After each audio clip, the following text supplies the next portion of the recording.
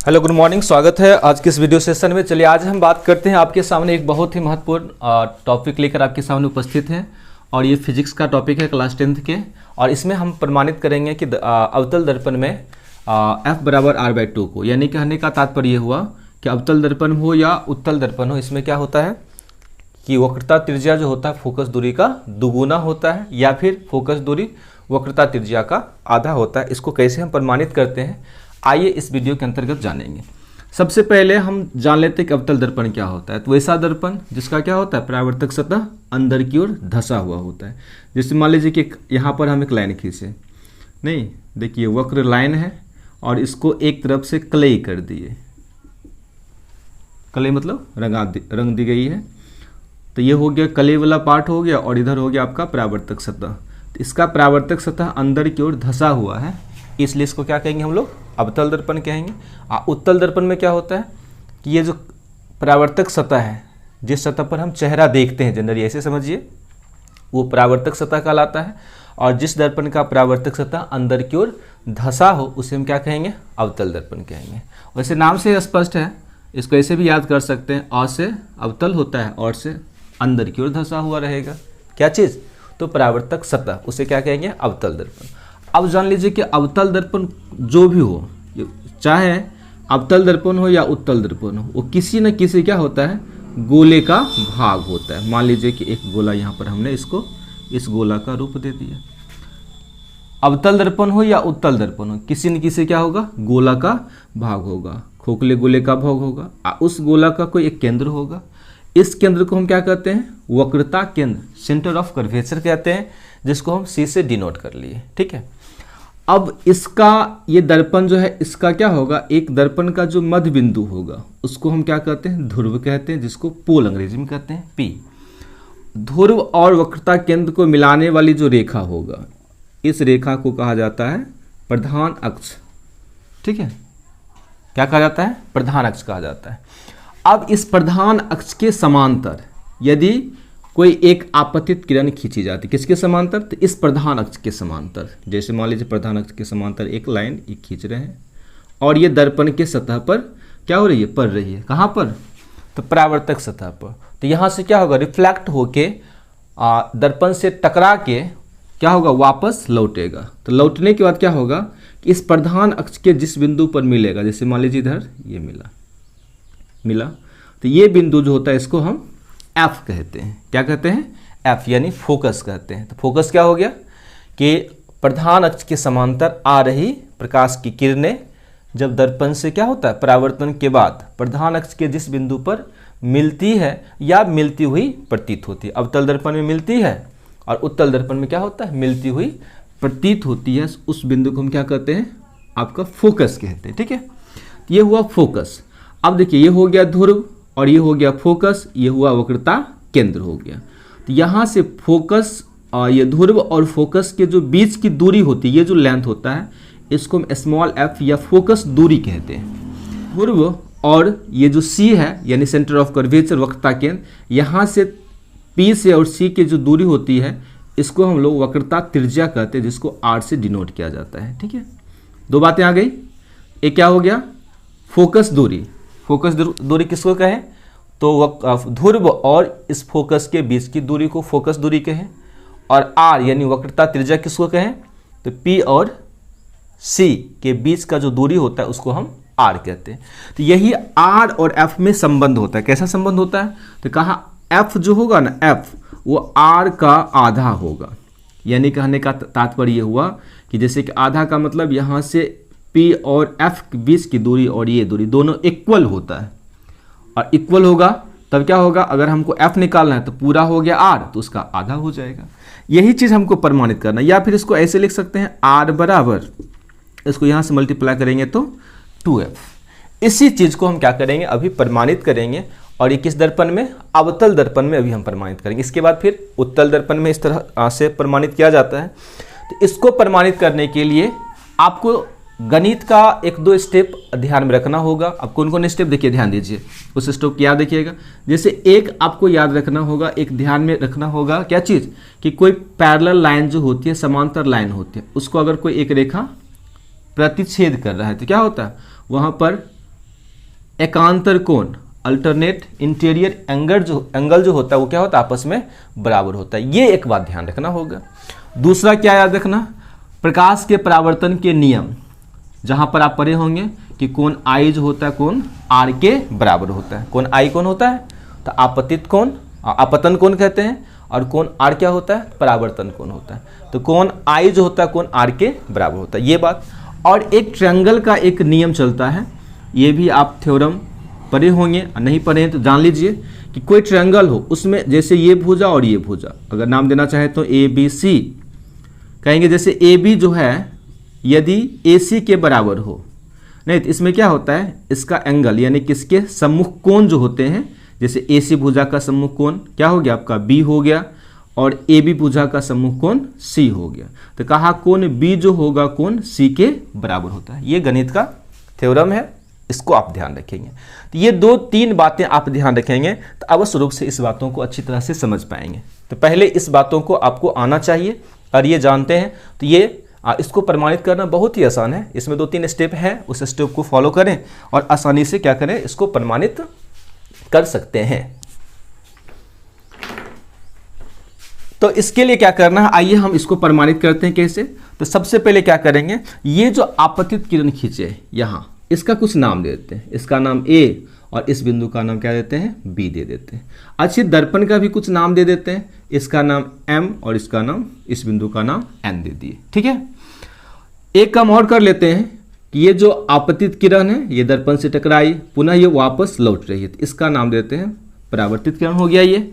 और इस बिंदु से एक लंब खींचते हैं, और ये लंब कहाँ से आके मिलती है, तो वक्रता केंद्र से आके मिलती है। ठीक है,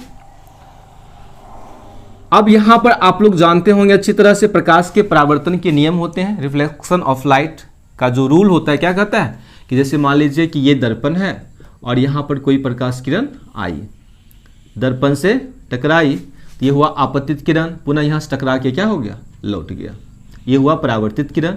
और इस पर एक हम अगर लंब डाल दें, नहीं तो इसको अभिलंब कहते हैं, आपतन बिंदु पर डाला गया लंब।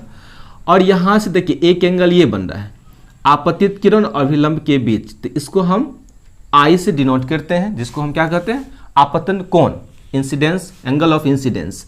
और दूसरा क्या होता है आर, जिसको परावर्तन कोण कहते हैं। और ये परावर्तित किरण और अभिलंब के बीच के बने जो कोण होते हैं इसको परावर्तन कोण कहते हैं। और प्रकाश के परावर्तन का नियम कहता है कि आपतन कोण जो होता है परावर्तन कोण के बराबर होता है। तो वही बात यहाँ भी समझ लीजिए कि ये आपतित किरण ये है और ये अभिलंब हुआ, तो आपतित किरण और अभिलंब के बीच जो कोण बना उसको हम आई से डिनोट करेंगे, यानी आपतन कोण। और ये परावर्तित किरण है और ये अभिलंब है, इसके बीच का जो कोण बनेगा ये आर, यानी ये परावर्तन कोण।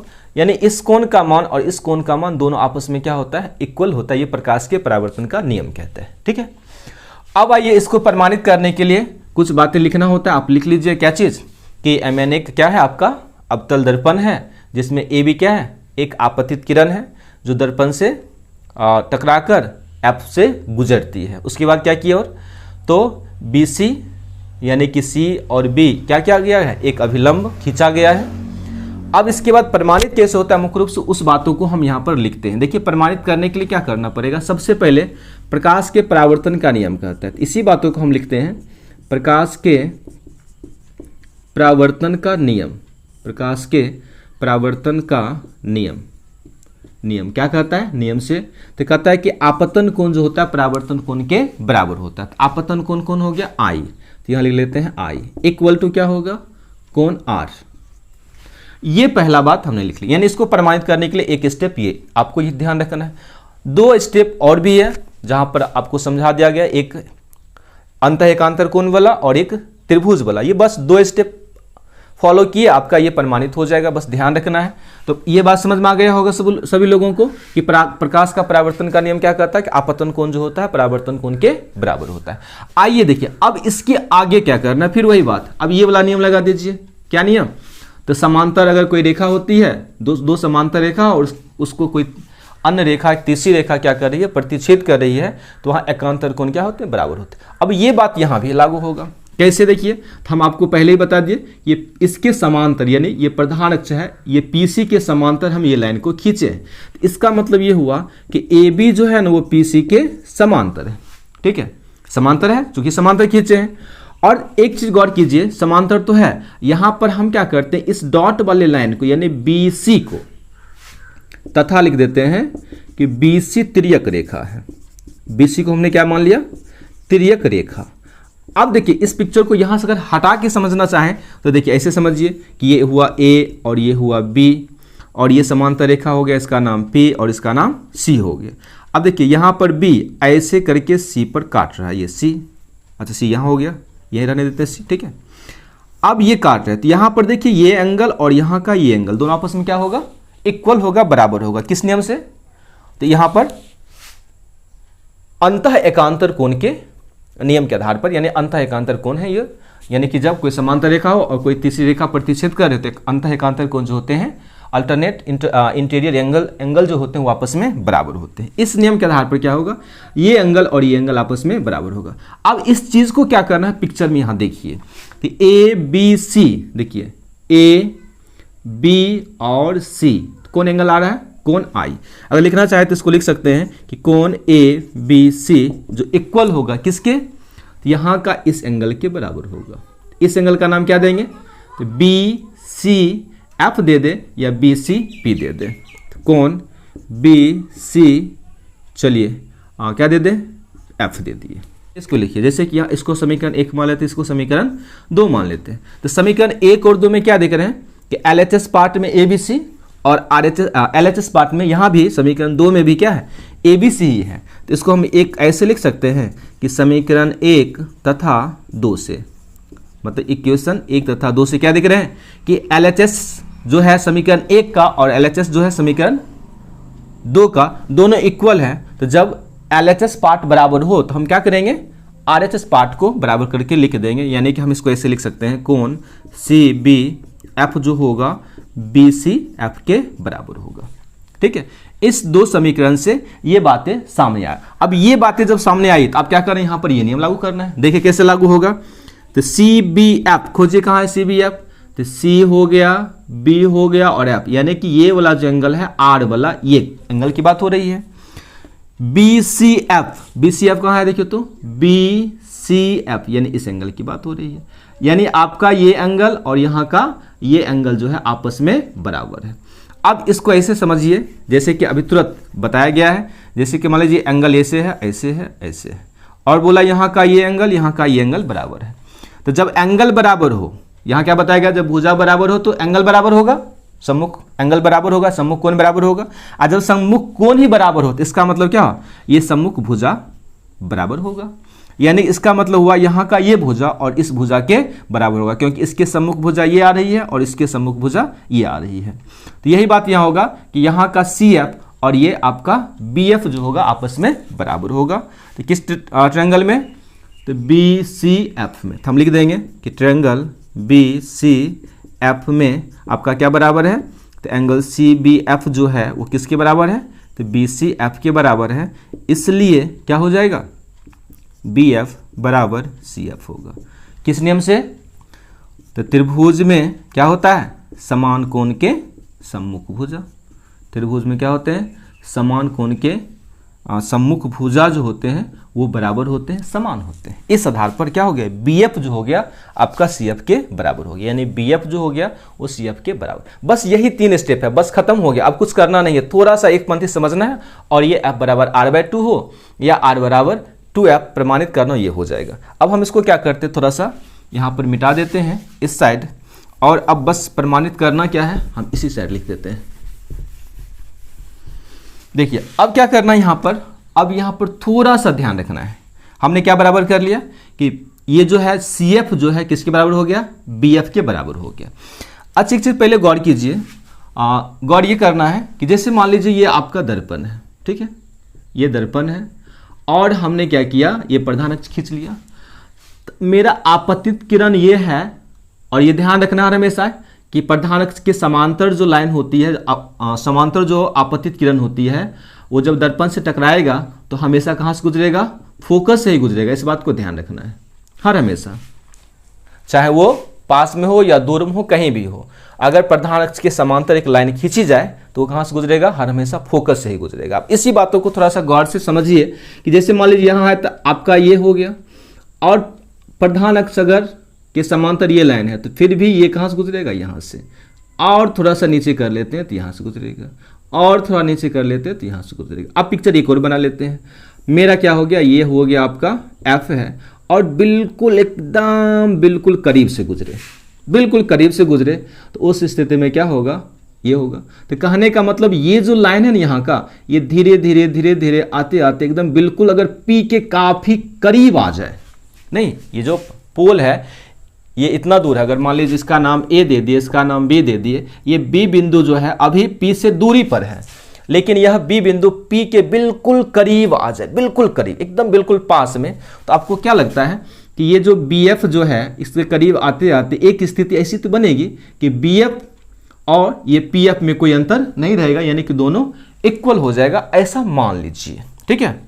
तो इस स्थिति में क्या होगा, हम लिख सकते हैं क्या चीज़, कब ऐसा होगा कि जब ये बी बिंदु पी के काफ़ी निकट होगा, तो उस स्थिति में हम कह सकते हैं क्या चीज़ कि बी एफ जो होगा वो किसके बराबर होगा, पी एफ के बराबर होगा। अब इसी बातों को आप लिख लीजिए कि यदि बिंदु बी जो होगा पी के यदि काफ़ी निकट हो, तो उस स्थिति में क्या करेंगे, हम लिख सकते हैं कि बी यानी कौन, ये जो है बी एफ किसके बराबर हो जाएगा, पी एफ के बराबर हो जाएगा। तो यहाँ लिख लेंगे क्या चीज़, बी एफ जो होगा वो पी एफ के बराबर होगा, ठीक है। इस बात को समझे, कैसे माने, ये बिंदु बी जो है किसके निकट हो, पी के निकट हो, अभी यहाँ है, निकट आते आते आते बिल्कुल करीब आ जाए, तो उस स्थिति में ये जो बी एफ है वो पी एफ के इक्वल हो जाएगा। ऐसा हमने क्या किया, इमेजिन कर लिया, मान लिया, ठीक है।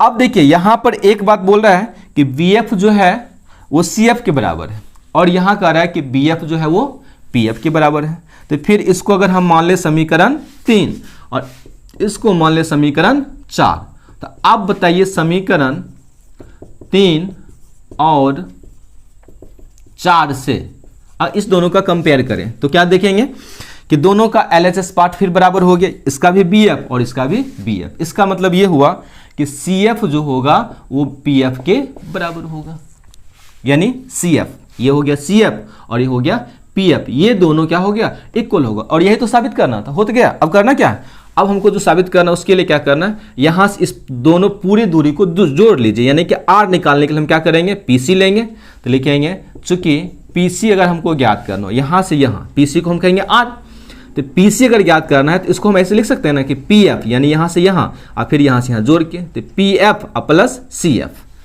PF प्लस CF, इसको इस प्रकार हम लिख सकते हैं। अच्छा एक बात बताइए, हम इसको पुनः ऐसे लिख सकते हैं PC बराबर PF को PF ही रहने देते हैं, क्योंकि PF जो होगा वो F के बराबर हो जाएगा, फोकस दूरी हो जाएगा, और CF के स्थान पर भी हम PF लिख लेते हैं, CF के स्थान पर भी PF लिख सकते हैं क्योंकि CF जो है PF के बराबर है, तो यहाँ पर लिखते हैं PF। अच्छा अब बताइए इसको फिर ऐसे लिखें कि PF PF कितना हो गया, PF 2PF हो गया। अब तो हो गया, प्रमाणित हो गया। PC को क्या कहेंगे बताइए, ये ध्रुव है और ये वक्रता केंद्र है, और ध्रुव और वक्रता केंद्र के बीच की दूरी को क्या कहते हैं, R, यानी ये हो गया R। अच्छा 2 लिख देते हैं, और PF को क्या कहेंगे, P और F, ध्रुव और फोकस के बीच की दूरी को फोकस दूरी कहते हैं, यानी F। और ये देखिए प्रमाणित करना था, R बराबर क्या होता है, 2F होता है। अच्छा इस रूप में लाने के लिए क्या करेंगे, F निकालना है, F बराबर क्या हो जाएगा, R, ये मल्टीप्लाई में है, बट्टा में आ जाएगा 2। यही चीज़ आपको क्या करना था, प्रमाणित करना था, ठीक है। ये हो गया किस दर्पण में, तो आपका अवतल दर्पण में F बराबर R/2। अब इसमें इससे संबंधित कुछ प्रश्न पूछे जाते हैं। प्रश्न कैसे पूछे जाते हैं, उसे बनाने के लिए आप बनाएंगे इस नियम पर, लेकिन मौखिक भी इसका जवाब दे सकते हैं कि जैसे मान लीजिए कोई दर्पण दे दिया, अवतल दर्पण हो या उत्तल दर्पण, दोनों में यही लागू होता है। अगर आपको फोकस दूरी दे दिया मान लीजिए 12 सेंटीमीटर, आ कहेगा R कितना होगा, यानी वक्रता त्रिज्या कितना होगा, तो क्या करना है, इसका डबल कर लेना, 12 दूनी 24, क्योंकि F R बराबर जो होता है वो 2F होता है। R बराबर 2F का मतलब क्या हो गया कि अगर F का मान 12 तो R का मान दुगुना कर देंगे, 24 हो जाएगा। अगर मान लीजिए हमको R ही दे दिया मान लीजिए 12 सेंटीमीटर और F पूछ रहा है, तो क्या करेंगे, F निकालने के लिए क्या करेंगे, R का आधा कर देंगे, यानी 12 का आधा कर देंगे, क्या हो जाएगा, 6 हो जाएगा। इस तरीके से इस फॉर्मूला का यूज करके आप छोटे छोटे न्यूमेरिकल क्वेश्चन को भी हल कर सकते हैं। Okay, thanks for watching this video. यह वीडियो आपको कैसा लगा हमें कमेंट बॉक्स में जरूर बताएं। धन्यवाद।